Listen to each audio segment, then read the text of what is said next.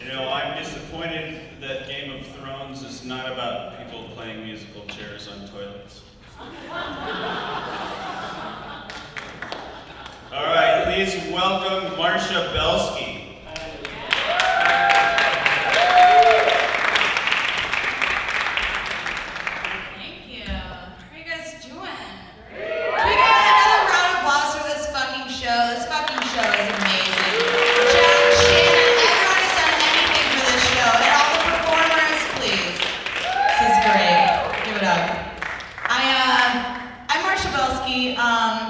I'm a stand-up comedian. I started doing stand-up about 3 years ago when I moved to Portland.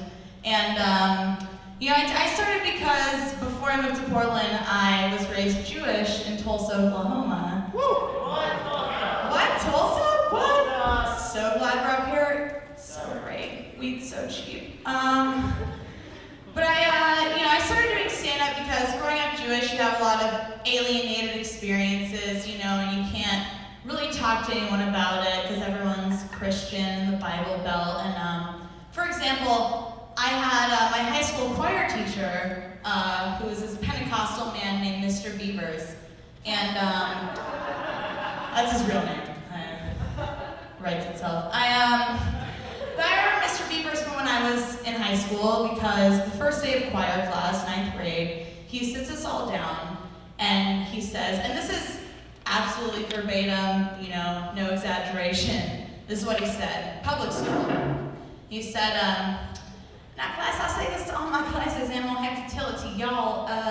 Nobody in this class is gonna be receiving 100% because if I were to give you 100%, I just feel like that would be me implying that y'all are perfect people and there ain't never been and never gonna be no perfect person on this here earth besides our Lord and Savior Jesus Christ. So until Jesus Christ comes and sits himself down in my classroom, none of y'all are going to be receiving 100%. And I was sitting there as, a 13, 14-year-old Jewish girl, and I was thinking, I don't know if I ever thought Jesus was particularly cool to begin with, and now I'm like, way to go, Jesus. You're fucking up the curve for the entire class. Keep in mind, this is the same teacher who sent me to the principal's office after opening a locked door for a classmate who was tardy about a week after 9/11 because it could have been a terrorist, Marcia. Shit, you not. And I said to him, because I was, an insubordinate little child, and I said, I gotta say, I don't think that a terrorist is gonna come into Booker T. Washington High School in Tulsa, Oklahoma, knock on the door, and then blow us all up. To which I swear to God, he replied, well, you saying that, little lady, lets me know they're already winning.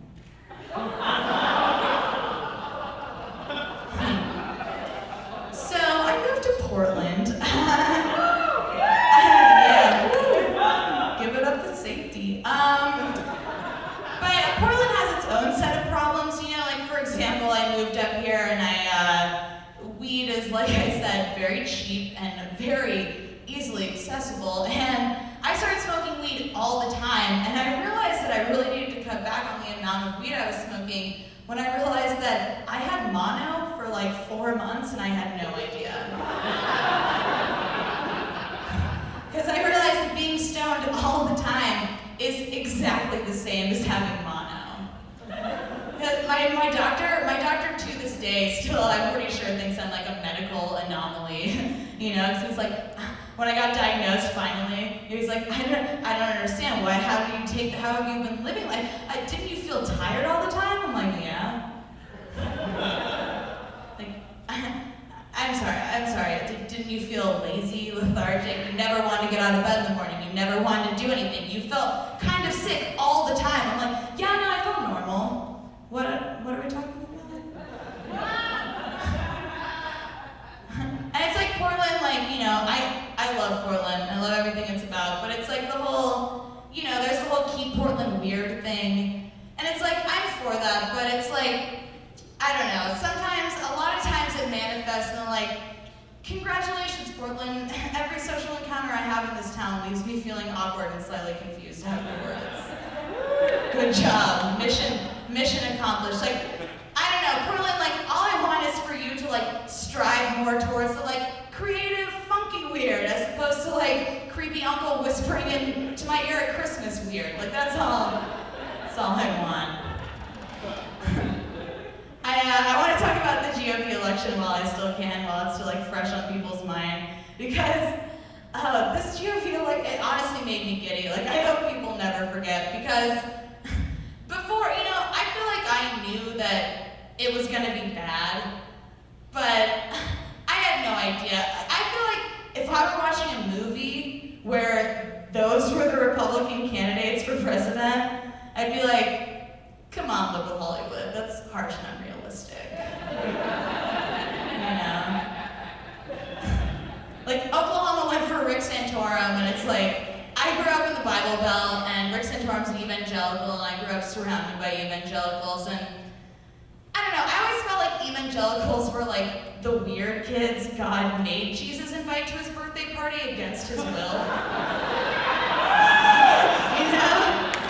You know, like, Jesus is like, Dad, like, I really don't want them to come. Like, they're weird. Everyone's gonna think I'm weird. We're not even friends. And God's like, yeah, well, they like you a lot, Jesus, so they're coming. End of discussion.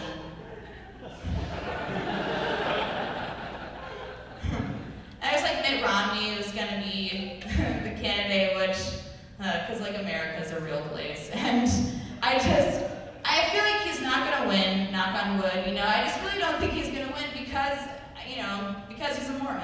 I'm gonna say it. Because he's a Mormon. And I was thinking, why don't people trust Mormons? You know, everyone knows Mormons are really nice people, but everyone still sort of feels uncomfortable around them. And I was realizing it's because our country was sort of founded on this idea that, like, a lot of crazy people believe a lot of different crazy shit. Like, a lot of crazy people. A lot of really strange, crazy shit. But Mormons are sort of the one group that we can all come together on and be like, well, false. It's pretty blatantly false what you believe. Oklahoma also has a lot of weird politicians. Like, there's this one guy named Tom Coburn. I don't know if any of you have heard of him, but he's a senator in Oklahoma, and he's this, like, neoconservative, very anti-gay, right-wing, charming fellow. And I remember Tom Coburn from when I was in high school because these two girls got caught making out in public school, like small-town East Oklahoma, and Tom Coburn took it upon himself to issue a statement where he said, quote, East Oklahoma is so lesbianic, two girls shouldn't be allowed to go to the bathroom together at the same time. Oh yeah. And I was like, lesbianic? You know, to me, that just sounds like some strain of weed that some, like, 15-year-old wannabe gangster weed dealer made. Right? Like, you know, yeah, lesbianic, you know what I'm saying? Yeah, that's just so strong, it'll turn you as gay.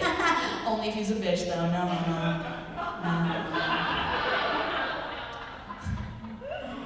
I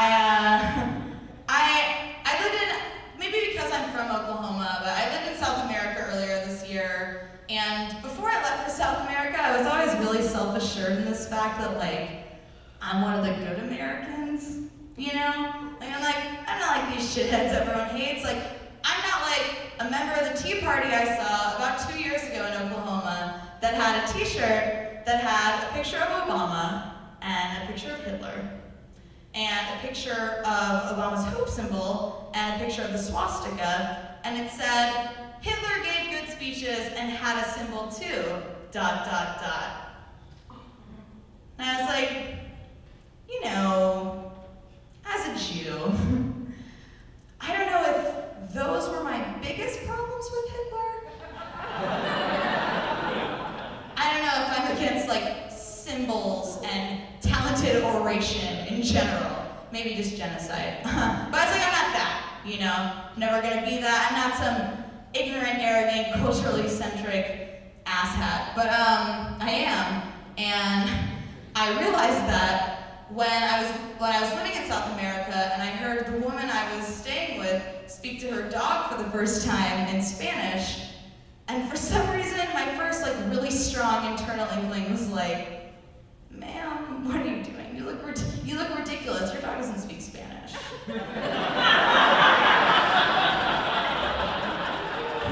Siéntate, like no wonder he's not listening. It's just sit. It's just sit, and then he sits down.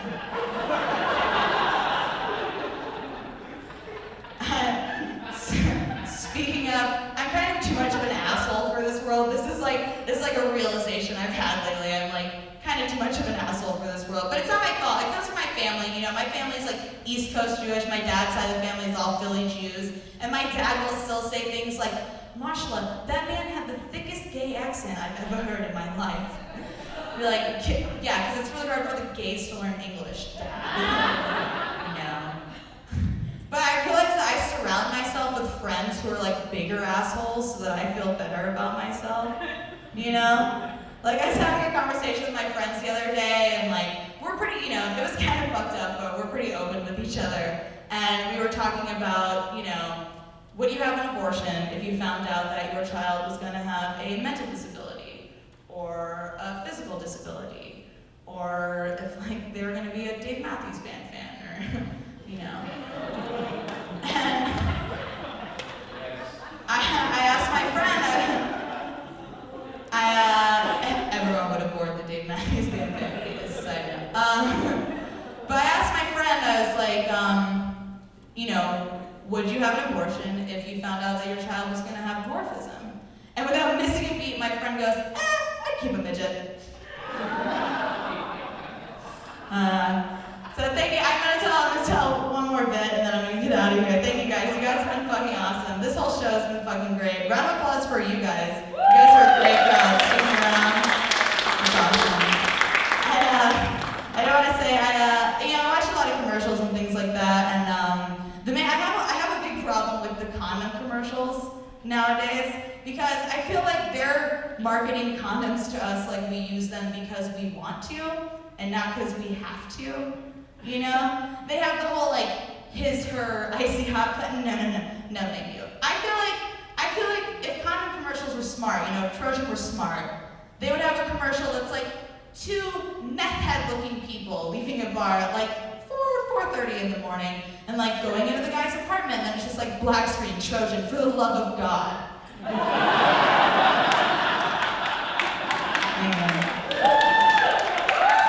you know, advertisers have to cater to all audiences, so it's like maybe it's this, you know, it starts off and it's like a young couple and they're on the beach and they're absolutely gorgeous. You know, you think it's a diamond commercial, you know, and they're walking down the beach and they're skipping and they're holding hands and they're laughing, and one of them's half black because the world's not racist.